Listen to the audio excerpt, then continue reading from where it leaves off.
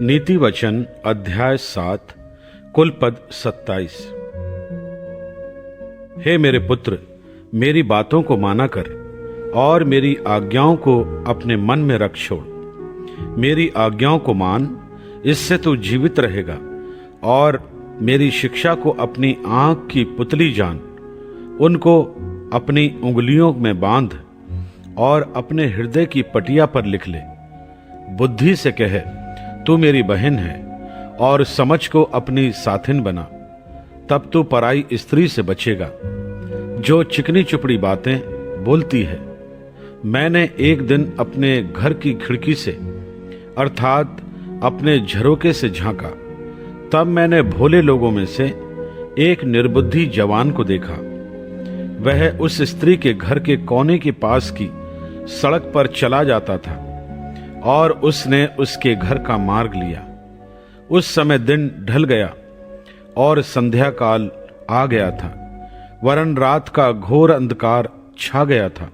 और देखो, उससे एक स्त्री मिली जिसका भेष वैश्या का सा था, और वह बड़ी धूर्त थी। वह शांति रहित और चंचल थी और अपने घर में ना ठहरती थी। कभी वह सड़क में, कभी चौक में पाई जाती थी, और एक एक कोने पर वह बाड़ जोती थी। तब उसने उस जवान को पकड़कर चूमा और निर्लज्जता की चेष्टा करके उससे कहा, मुझे मेल बलि चढ़ाने थे और मैंने अपनी मन्नतें आज ही पूरी की हैं। इसी कारण मैं तुझसे भेंट करने को निकली। मैं तेरे दर्शन की खोजी थी और अभी पाया है। मैंने अपने पलंग के बिछौने पर मिस्र के बेल बूटे वाले कपड़े बिछाए हैं। मैंने अपने बिछौने पर गंधरस, अगर और दालचीनी छिड़की है। इसलिए अब चल, हम प्रेम से भोर तक जी बहलाते रहें। हम परस्पर की प्रीति से आनंदित रहें, क्योंकि मेरा पति घर में नहीं है, वह दूर देश को चला गया है। वह चांदी की थैली ले गया है और पूर्णमासी को लौट आएगा।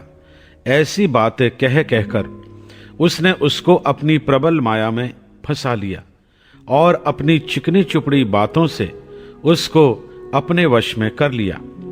वह तुरंत उसके पीछे हो लिया, जैसे बैल कसाई खाने को, या जैसे बेड़ी पहने हुए कोई मूढ़ ताड़ना पाने को जाता है। अंत में उस जवान का कलेजा तीर से बेधा जाएगा। वह उस चिड़िया के समान है जो फंदे की ओर वेग से उड़े और ना जानती हो कि उसमें मेरे प्राण जाएंगे। अब हे मेरे पुत्रों, मेरी सुनो और मेरी बातों पर मन लगाओ। तेरा मन ऐसी स्त्री के मार्ग की ओर ना फिरे और उसकी डगरों में भूल कर ना जाना, क्योंकि बहुत से लोग उसके द्वारा मारे पड़े हैं। उसके घात किए हुओं की एक बड़ी संख्या होगी। उसका घर अधोलोक का मार्ग है, वह मृत्यु के घर में पहुंचाता है।